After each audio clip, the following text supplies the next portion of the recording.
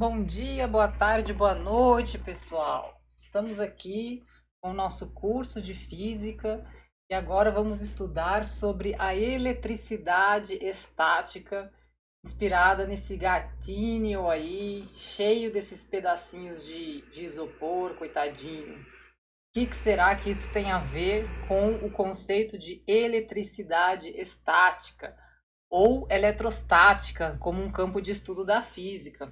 Vamos lá.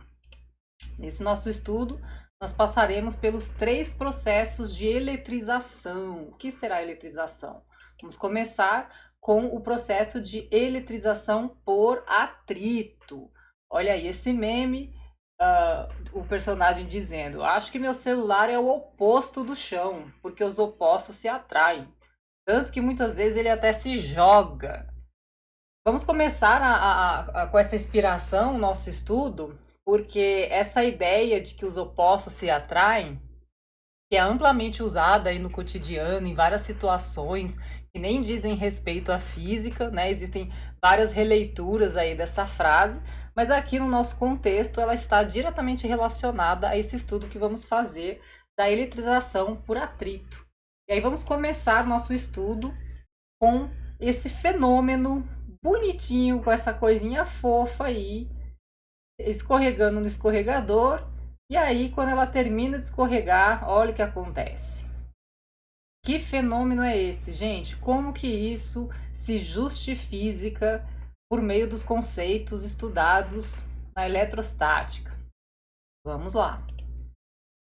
Bom, começar essa discussão nossa aqui com essa foto, essa linda foto de uma árvore, né, um pedaço de um tronco de uma árvore, com essa substância aí descendo, né, saindo da árvore, caindo, parece ser uma substância bem viscosa, né? Essa substância é chamada âmbar. Nós vamos começar a nossa discussão com uma reflexão sobre essa substância, essa resina encontrada na natureza. Como eu já acabei de dizer, trata-se de uma resina e, historicamente, há vários relatos e ainda hoje se encontram situações como essa, gente. Olha que coisa terrível, né? Essa resina, ela é eliminada pelas plantas, né? Pelas árvores, e ela, com o tempo, ela enrijece. E por conta dela ser viscosa, alguns animaizinhos aí, alguns insetos, quando chegam perto, encostam na resina, eles não conseguem se livrar dela por conta da sua viscosidade. Então eles ficam presos ali na substância, aí essa substância endurece e fossiliza o bichinho. Coisa terrível, né, gente? E aí fossiliza o bichinho e o ser humano vai lá e faz o quê? Olha que coisa mais interessante, isso daí pode dar dinheiro. Vamos pegar essas resinas da natureza, esses fósseis dos insetos, e vamos dar uma polidinha, né, uma arrumadinha nele para a gente vender. Essa foto aí à direita, eu encontrei uma gema, né, de âmbar que fossilizou um inseto, vendido por R$ 150. Que coisa, né, gente? Eu tenho uma certa agonia, assim, de olhar isso aqui, mas enfim, acho que há várias possíveis leituras, né, desse fenômeno da natureza aí. Dramático para o inseto, mas tem uma certa beleza, né? E aí, então, o ser humano, ele vende, ele faz disso um uso capitalista aí, né, para vender. As pessoas compram, porque é um artigo diferente, né, um artigo exótico. Você sustentar ali um cordão, por exemplo, né, com uma gema de âmbar, com um inseto fossilizado ali. Coisa, né, gente? Pois bem, um outro uso que foi feito há alguns anos, já há várias décadas, na verdade, algumas décadas, foi no filme Jurassic Park, em que a história se desenvolve a partir um experimento, né, que os cientistas estavam fazendo com insetos fossilizados no âmbar, e aí eles quiseram clonar essas espécies, e aí deu origem aí à história, ao enredo do filme. E é interessante que na época do filme as pessoas descobriram o âmbar, né? Elas passaram a saber que o âmbar existe. Não, o que é âmbar? O que é isso? O que é âmbar? E certamente aumentou aí o uso capitalista, né? Desse elemento aí que se encontra na natureza. E aqui a gente tem um exemplo de um produto, uma esfera, um ovo, né? Um objeto em forma de um ovo de âmbar que fossilizou um inseto, vendido aí, né, com a logomarca do filme, como um souvenir, como um elemento de decoração. Então, um fenômeno tão dramático, né, para esses seres, tem esse uso feito aí pelo ser humano. E esse uso ele se estende para outras dimensões que diz respeito às preocupações quanto à saúde. Por exemplo, são vendidos colares de pequenas pedras de âmbar para as crianças, para bebês, com a suposta, com a propaganda da suposta propriedade que um colar desses de âmbar teria de acalmar a criança quando ela está na época da dentição. E 100% original, olha aqui, né? E aí eu recomendo uma matéria, um artigo bem, bem curto, bem simples, em que a pesquisadora, uma professora que leciona na USP, no Instituto de Ciências Biomédicas, desenvolveu alguns conselhos em relação a esses usos que são feitos do âmbar, né, na forma como se fosse uma bijuteria, né, na verdade, uma espécie de um talismã, alguma coisa assim, específico para bebês. E aí o título do artigo é Colar de âmbar para bebês, perigoso e inútil. Então temos aí uma cientista desenvolvendo as questões científicas que dizem respeito às propagandas que se fazem desse colar de âmbar. Mas estamos falando de biologia, né? Estamos falando de fósseis, resina natural. O assunto não era eletricidade, né? Não era eletrização. Qual a relação de âmbar que fossiliza insetos, que é vendido como joias, como um artigo para acalmar os bebês, tem a ver com eletricidade, né? O que isso tem a ver com eletricidade? Tem tudo a ver, né? Ele praticamente a história do estudo da eletricidade começa com âmbar, quando a gente tem aí a ideia do elétron, e aí nós já conhecemos, né, o conceito de elétron ou elétron como carga elétrica das partículas que formam matéria, segundo o modelo de Rutherford-Bohr, né, o modelo atômico da matéria. Então, elétron nada mais é essa palavra aqui do que o nome grego do âmbar.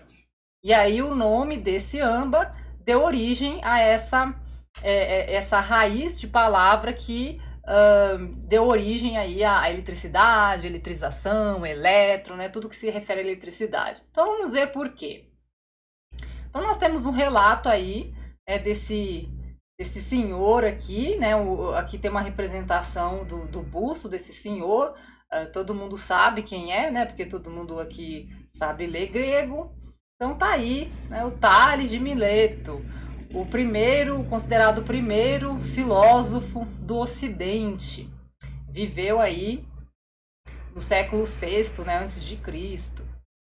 Pois bem, a história conta que o Tales de Mileto ficou curioso em relação a um comportamento que ele observou no âmbar.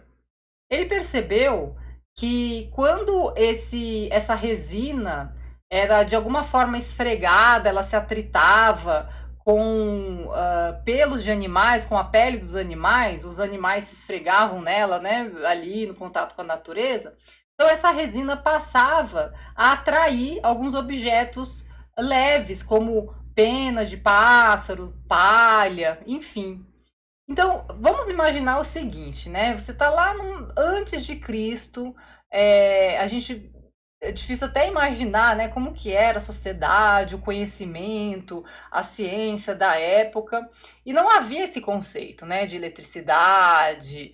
Eles tinham eles desenvolviam a, as teorias, né, para explicar os fenômenos físicos, como o ser humano sempre fez, né? Mas aí o Tales de Mileto se depara com esse fenômeno, ele fala assim, não, isso aqui é digno de atenção, eu preciso entender isso aqui, né? Como que só pelo fato de um objeto ser esfregado em outro, aí ele passa a ter um poder, né, um poder de atração, o que que é isso? Então, a ciência se desenvolveu ali ao longo dos anos e hoje a gente tem o conceito de carga elétrica. E aqui nessa tela nós temos exemplos de série triboelétrica. O que é série triboelétrica? Né? Aqui na raiz da palavra, tribo diz respeito à fricção, né? A esfregar, a atritar, a friccionar. Então, quando a gente fala em série triboelétrica ou a triboeletricidade, a gente está pensando numa eletricidade que está relacionada a esse fenômeno de esfregar. Então, um corpo esfregado no outro, corpo atritado, friccionado no outro, vai ter alguma propriedade aí que a gente chama de propriedade elétrica. E hoje nós utilizamos no campo da ciência, da física, o conceito de carga elétrica, né? Sabemos que tem a carga elétrica positiva e a carga elétrica negativa. Então, o que aconteceu? Ao longo da história, né, a semelhança de Tales de Mileto, o ser humano quer sempre entender, né? Nós somos, por essência, curiosos, né? E aí o ser humano quis entender como que isso acontece, e aí ora um objeto atraía o outro, ora repelia, como que é isso, né? Então, empiricamente, experimentalmente, foram sendo feitos vários testes com vários materiais, e aí conseguiu-se uma sequência, né, uma lista que é muito maior do que isso daqui. Aqui são exemplos de séries triboelétricas que vocês podem encontrar por aí, mas a ideia é uma sequência em que os materiais eles são organizados, né, numa lista cuja sequência é importante, é relevante aqui para entender quando que esse par de corpos vai ser atraído entre si e quando que vai ser repelido. Então, vamos entender o que significa essa série triboelétrica. A principal característica dela é que ela tem uma orientação. Aqui, por exemplo, nessa série da esquerda, nós temos aqui uma orientação positiva para cima, negativa para baixo, aqui da mesma forma. Essa série aqui de cima, ela está na horizontal, mas a ideia permanece. É uma lista, né, que está disposta aqui na horizontal, e aí nesse caso aqui o positivo está para a esquerda e o negativo está para a direita. O que isso significa? É muito simples. Tomando já o conceito de carga elétrica, que a gente ainda vai estudar com um pouco mais de profundidade, mas já assumindo esse conceito, nós temos que, no modelo atômico da matéria, as coisas, as partículas que formam as coisas, têm propriedades elétricas. E essas propriedades elétricas, elas se manifestam em subpartículas do átomo, que nós chamamos de próton e elétron. O elétron, ele tem, dentro dessa perspectiva teórica, dentro desse modelo teórico, ele tem carga elétrica negativa. É uma convenção. Poderia ser assim, carga preta e carga branca, carga pequena e carga grande, carga fina, carga grossa, quaisquer termos aí, né, que fossem antônimos.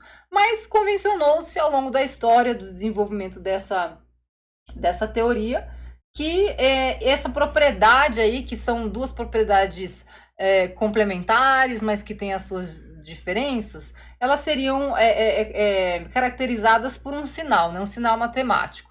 Então, é o sinal de mais e o sinal de menos. O sinal de menos caracteriza o que a gente chama de carga negativa, que é a carga do elétron, e o sinal positivo, a carga positiva, que é a carga do próton. Pois bem, então na série triboelétrica, o que está representado?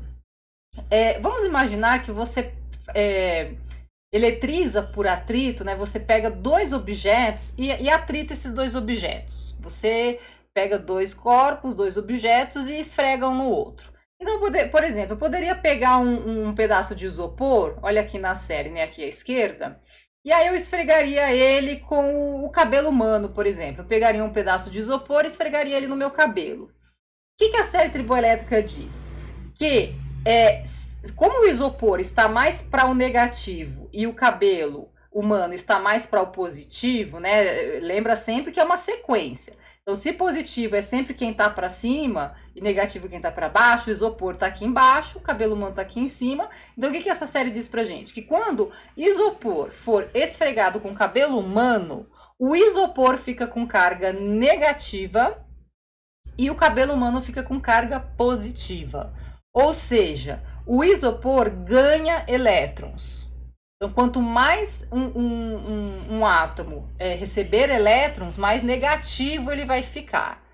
Ele vai ficar eletrizado negativamente. E aí, no caso, o cabelo vai perder esses elétrons que são recebidos pelo isopor. Então, o cabelo perdendo elétrons perde carga negativa, portanto, ele fica positivo, carregado eletricamente com uma carga elétrica positiva. E o isopor fica negativo. Vamos pegar um outro exemplo usando essa série aqui, que está na horizontal. Digamos que eu pegasse aqui alumínio, um pedaço de alumínio, um papel alumínio, e esfregasse ele com seda.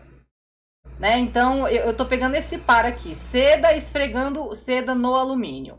Vamos olhar para a nossa série. Aqui nessa série, o negativo está para a direita e o positivo está para a esquerda. Então, se eu esfrego seda com alumínio, quem está mais para a esquerda? A seda. Então, a seda vai ficar com carga positiva e o alumínio vai ficar com carga negativa.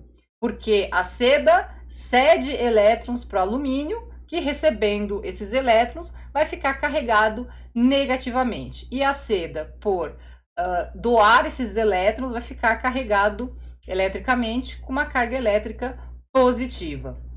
Vamos a um outro exemplo aqui na tabelinha aqui de baixo, né? Digamos que eu esfregue vidro com enxofre. Olha que fricção mais bizarra, né? Então eu pego um copo de vidro, um material de vidro qualquer e esfrego enxofre nele, né? Então o enxofre está mais para o lado negativo, o vidro está mais para o lado positivo, então o vidro cede elétron para o enxofre, que ganhando esse elétron fica com carga negativa. E o vidro, por perder carga elétrica negativa, fica com carga elétrica positiva. Então percebem?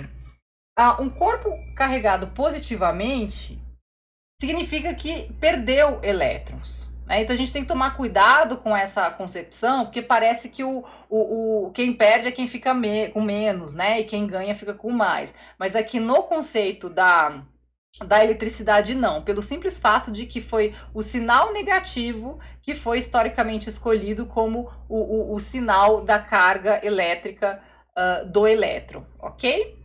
E é o elétron que sai e entra dentro do átomo, segundo o modelo atômico de Rutherford, que a gente vai estudar mais à frente. Bom, olha a situação aí, gente, que situação, né? Ai, que agonia. Eu tenho fobia de bexiga. Me julguem à vontade, mas eu tenho, quando eu olho esse gatinho aqui, eu falei, meu Deus do céu, coitado desse gato, né? O que a gente observa aqui nesse fenômeno?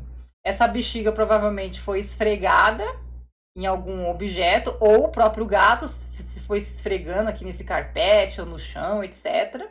E aí, quando ele encosta na bexiga, a bexiga gruda nele, né? Mas não é um grudar no sentido de uma cola, né? Uma cola química. Ela fica ali encostada nele e não sai.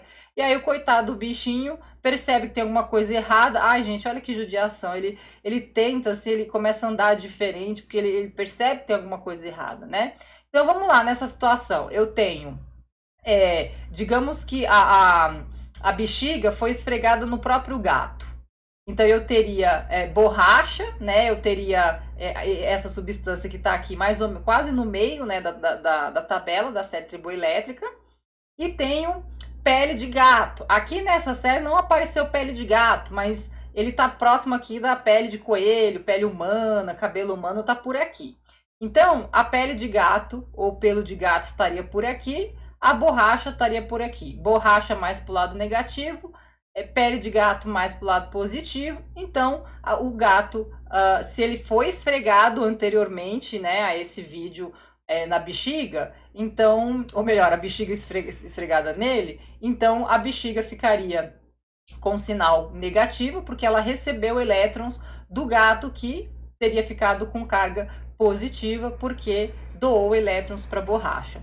Ou a gente pode pensar nesse fenômeno que a bexiga foi esfregada em alguma outra coisa, né? Então ela foi esfregada em alguma outra coisa, aí eu teria que saber que objeto, que material foi esse, para saber com que carga a bexiga ficou, mas em ficando eletrizada, ou seja, em ficando com uma carga elétrica negativa ou positiva, ela atrai as cargas que estão ali presentes dentro dos átomos, né, no modelo atômico, que compõem as partículas que compõem o gato, né? Então, a ideia é sempre a seguinte: o átomo tem carga elétrica positiva e carga elétrica negativa. Só que essa carga elétrica ela está balanceada, né? Naturalmente, os objetos têm elementos de carga elétrica negativa, elementos de carga elétrica positiva, elétron e próton, só que eles estão em mesmo número, eles estão balanceados, estão em equilíbrio. A partir do momento que você faz o quê? Você faz o processo de tribo, né? Tribo é fricção. Você esfrega algo, então vai haver essa troca aqui de carga. Um corpo cede elétron para o outro. E aí, como cede elétron, não fica mais balanceado. Então, o átomo do corpo em questão vai ficar com elétrons a mais ou elétrons a menos. Se ficar com elétrons a mais, vai ficar carregado negativamente. E se ficar com elétrons a menos, vai ficar carregado positivamente. Muito bem. Gente, olha isso. Ai, que agonia quando eu vejo um negócio desse, gente. Olha esse gato, né? Ele tá brincando no tapete aqui, se esfregando à vontade no tapete, né? E aquele monte de bexiga ali, sendo atraída pela pele do gato. Ai, gente, que agonia. Só que esse aqui, ele tá de boa, né? Ele tá mais preocupado em mexer com a bexiga que tá no chão do que com esse monte de... Ai, que agonia. De bexiga no corpo dele. Bom, gente, é isso. Essa foi a nossa eletrização por atrito. Será que agora você consegue voltar lá no nosso fenômeno inicial da menininha descendo no escorregador e explicar aquele fenômeno com base nesses conceitos que acabamos de discutir? Espero que sim. Vou querer ouvir depois sobre isso, ok? Enquanto isso, vou sugerir que vocês assistam alguns experimentos, são videozinhos bem curtos, de 1 minuto, 2 minutos, do canal Física Universitária, em que são realizados vários experimentos com materiais, a maioria com materiais de baixo custo, sobre eletrização por atrito. Então, após vocês assistirem, a gente se encontra na próxima aula. Até lá!